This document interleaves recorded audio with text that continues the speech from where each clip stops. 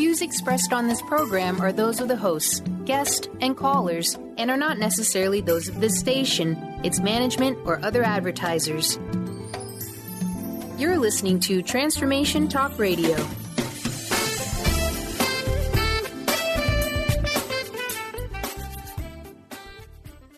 Moms, are you ready to become enlightened, empowered, and stress-free? Well, get ready because you are about to tune into vibrant, powerful moms helping everyday women create an extraordinary life with Debbie Pokornik.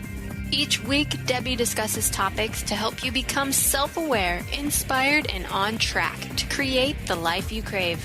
It's time to stop settling and start thriving. And it all begins now on Transformation Talk Radio.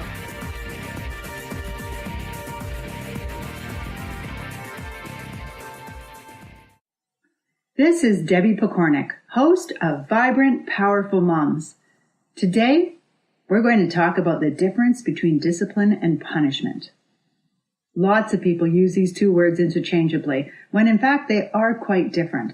But I'm not really concerned about the misuse of the words as much as I want people, parents especially, to clearly understand the difference so that they can make an educated choice about which they want to use. This is an important topic to be aware of because discipline is actually tightly tied to self-discipline. This is what helps you live a healthy life, to treat others in ways you would like to be treated, to respect others' property, to build strong relationships, and so much more. Most of us have been raised using a punitive style, so that is what we have internalized. This means that if we stay on autopilot, we will quite naturally use this style, even when we don't want to. Not just with our kids, but with our friends, colleagues, life partners, and so on. Intuitively, we know that threats, beatings, incarceration do not bring out the best in people, but we aren't always aware of how to do it differently. This robs you of your vibrancy and power because it makes you behave in inconsistent and contradictory ways.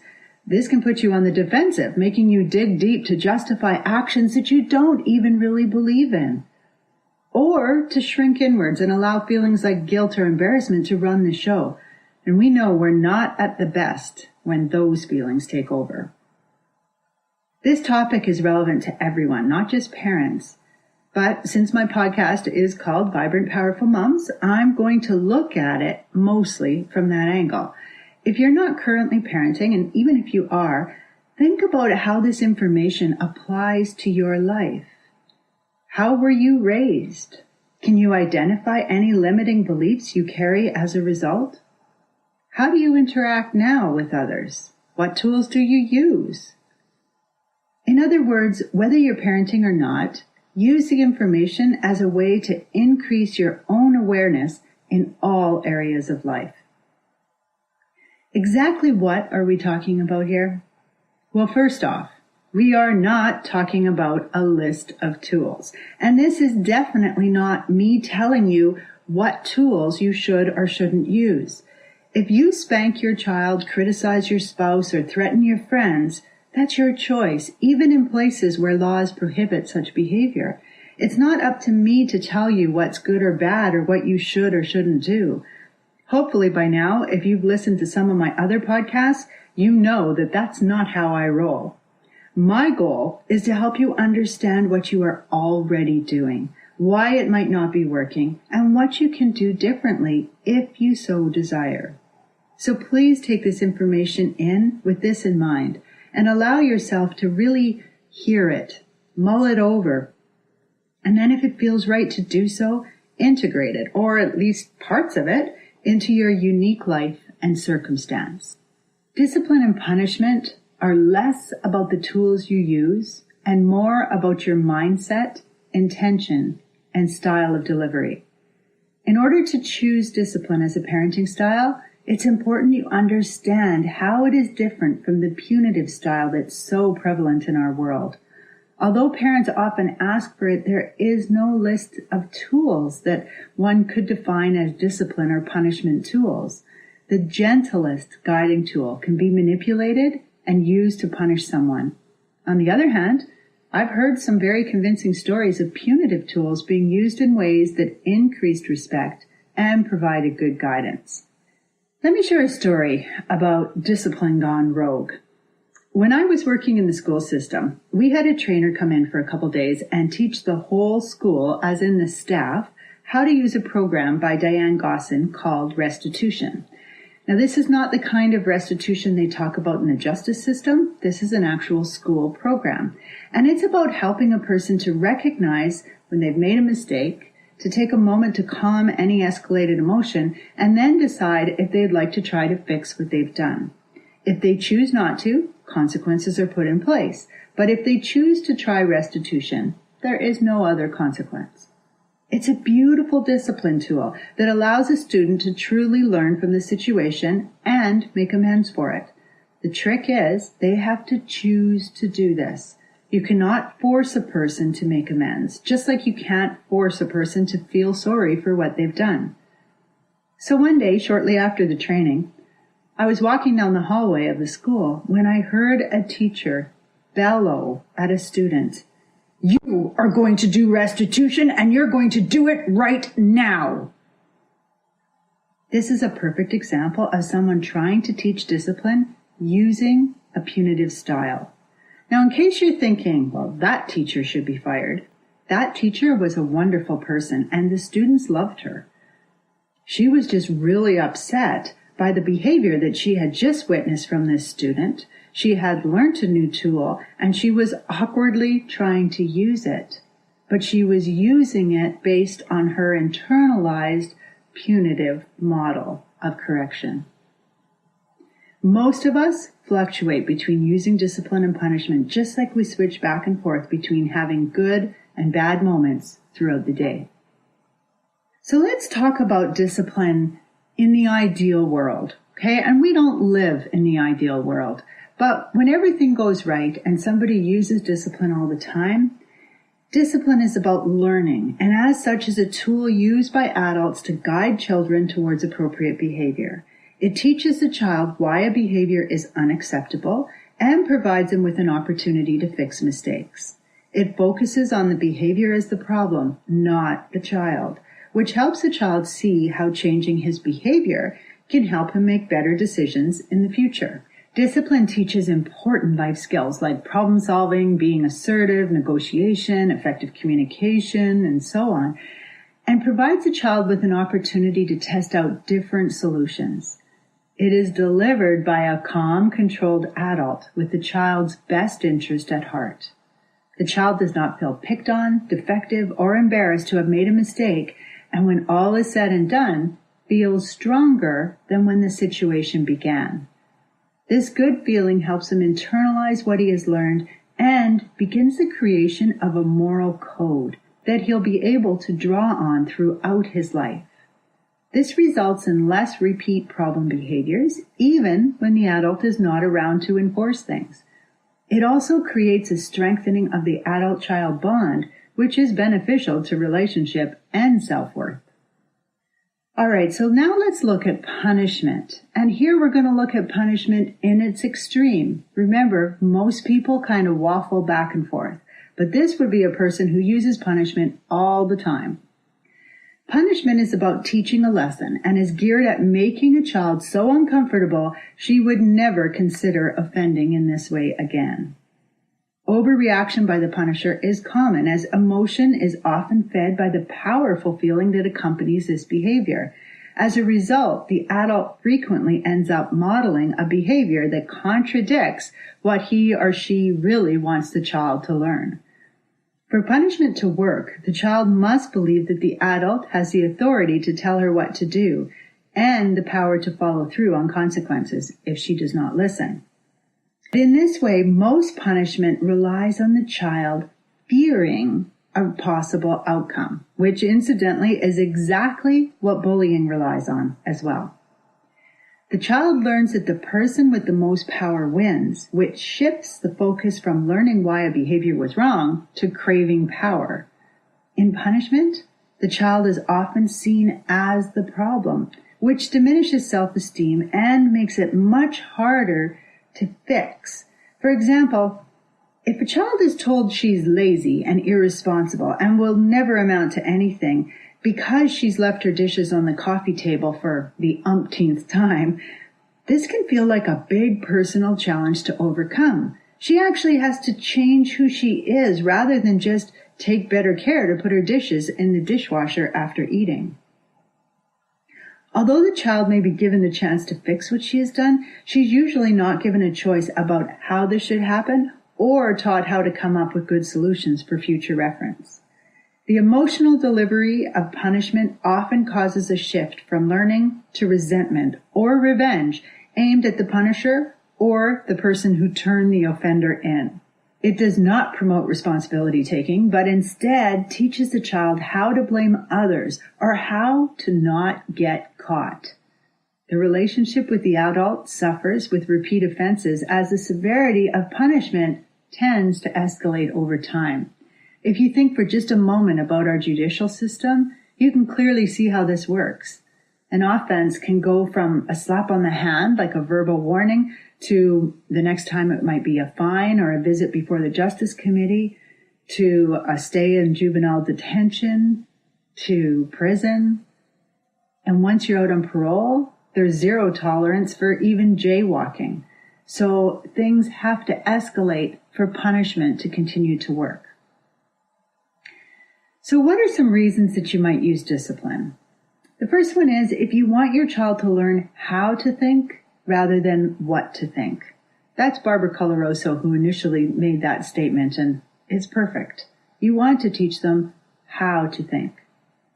The second bullet, if you want your child or your staff to be able to make good choices even when you're not around, you'll want to use discipline.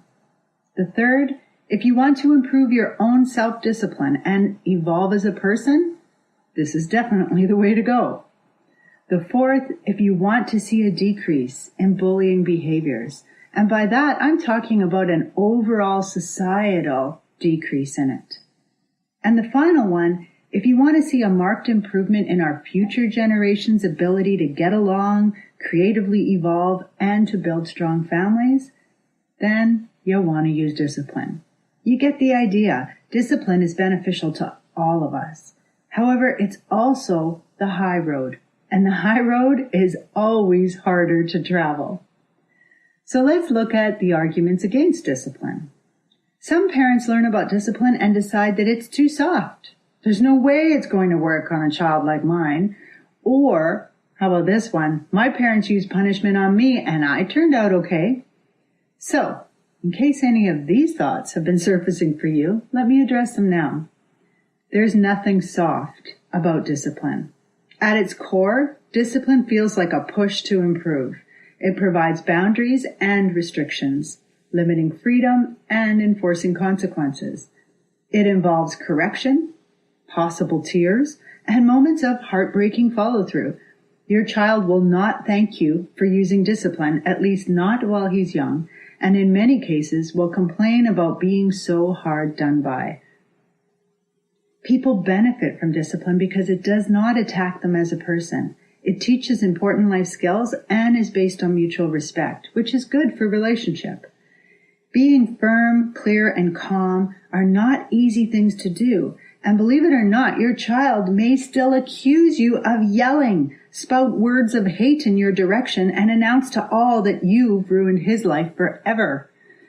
It's also possible that you will try to use discipline and your child will completely ignore you.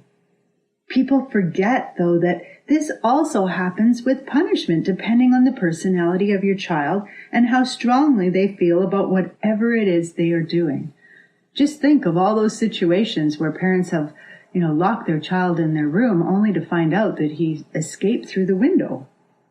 The difference is that with discipline, you have plenty of options for where to go next. Whereas the next level up in punishment can often put you in a very difficult position.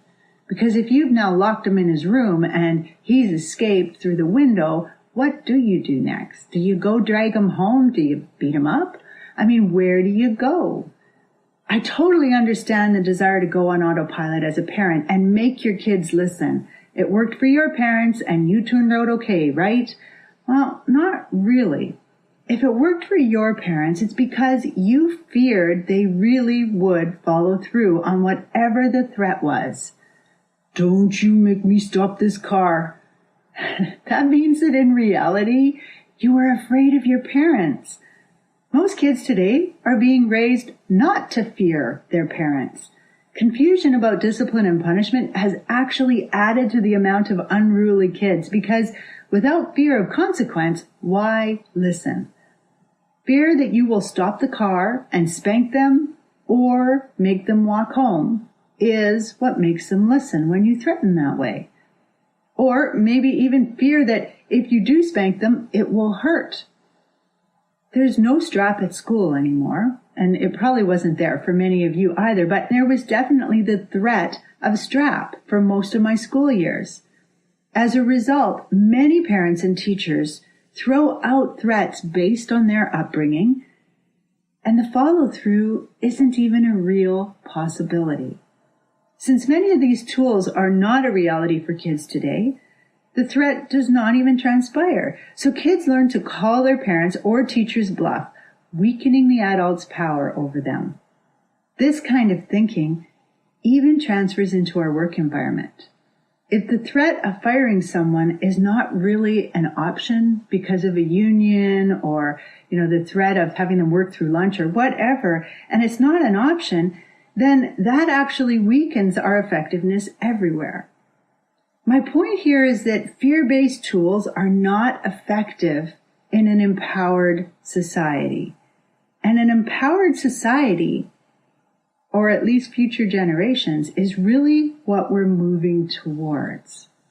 Now you might want to say, okay, so let's stop empowering them. But this is something bigger than us. And it's incredibly important that we do empower people, that we do teach our kids how to think, that we do teach them how to problem solve in a way that's going to work for them. One of the current challenges that I see with all of this is that these fear-based tools have been made irrelevant, yet parents are not being given new effective ideas for working without them. It's really hard to do a great job when you've been given broken tools to build with. So my goal is to start by helping you become aware of the difference between discipline and punishment. And once you really fully understand that, you will be able to adapt your tools, your thinking, your upbringing in order to help you raise kids the way you want to raise them. So discipline is about being disciplined. If you want your kids to get it, you must practice it yourself. If you don't, you'll model contradiction, hypocrisy, and or even bullying behaviors. So let me give you some guidelines for using discipline. I call these the 4 BCs. The first BC, be calm.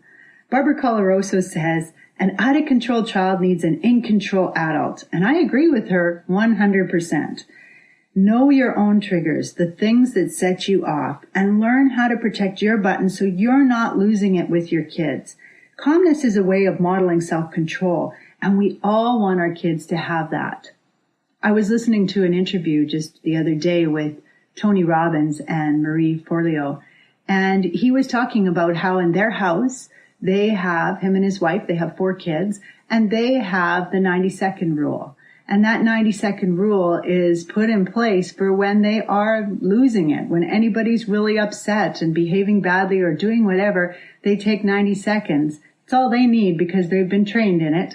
And they're able to calm themselves down, to breathe into their heart, to think about what it is that they appreciate about the other person or what they're learning in that moment. And that's all it takes to change the conversation from one of screaming at each other to one of really coming to a place of understanding each other. Some tricks that you might try for staying calm: pretend that someone you admire is standing there watching you. It's amazing how we'll change our behavior when someone we like and respect and admire is watching us. Another trick is to focus on the bottom of your feet. That shifts your attention from anger to the bottom of your feet. Notice them on the floor, really move back and forth, and that can be enough to take you out of that escalated anger. Another option is to think ahead of what you're trying to teach and how you will react if your child won't listen. There's a lot to be said for thinking about things in advance and knowing what you can do if something goes wrong. A final option is to somehow alter your state to stop the pattern from what normally would happen. And a simple way to do that is to say something funny. Notice something funny. True laughter will alter your state immediately and stop you from going over that anger cliff. The second BC is to be clear.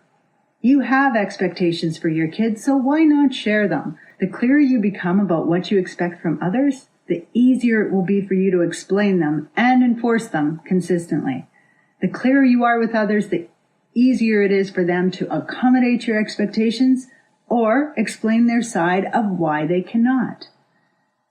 This idea can also help you identify any unfair expectations you might have and perhaps let go of some of them. Because boy, oh boy, we have a lot of beliefs that we carry from our youth that really aren't relevant anymore. So ideas for being clear, set boundaries and rules that you can come up with good reasons for having. This will make them easier to enforce and much more likely to be respected. When beliefs, rules, or expectations come up that you aren't sure about, gently challenge them by asking what-if questions. For example, what if I didn't enforce daily baths? What would happen? Could I live with that? Why or why not? The third BC, be consistent. Once a rule has been put in place and you have shared it with your family or staff or whoever, enforce it. If it was important enough to put out as a rule, it must be important enough to follow through. Now remember, if you suddenly realize that's a silly rule, this doesn't make sense, be a big enough person to be able to say, no, we're not doing that anymore. But otherwise, if the rule is in place, enforce it. When you don't enforce your rules, you create confusion and a strong desire to test all future rules. If you think about it, when you're driving down a highway and you're going over the speed limit and you pass by a cop, if that cop doesn't do anything, doesn't pull you over, what's going to happen? You're probably going to speed on that highway all the time because obviously you can do it and get away with it. Or even more frustrating is when other people are sailing past you. You're going right at the limit and they are obviously going way over, and the cops don't pull them over either. This can be a big problem in the workplace where the people who are following the rules notice that you're not enforcing it for those who aren't, and this actually creates resentment. They get angry at you for not enforcing those rules. So when you're dealing with your kids, an example of rule-breaking questions could be things like, so what's our rule about coming straight home after school? Why is that rule in place? What happened today? What is our consequence for breaking the rule? Or what do you think you can do to make up for the worry your disappearance caused? Something that you really want to keep in mind, don't ask these questions when you're emotionally upset. So if your child was an hour late and so now you're really upset, you were worried that whole time, they walk in the door, it would be fine for you to say to them, I am so happy that you are home safe, but I'm very upset right now and I need to take some time before I can even talk to you about how we're going to deal with this. Then off you go. And you know what? That time where your child has to wait to see how you're going to react is actually a bit of a consequence on its own, because it's really hard when you don't know what's going to happen. Now you can come back 15 minutes later and have that conversation. And maybe you find out that your child was late because he helped somebody who was being bullied and then walked them home. You don't know what the situation is, and getting mad and exploding all over them isn't going to help you at all.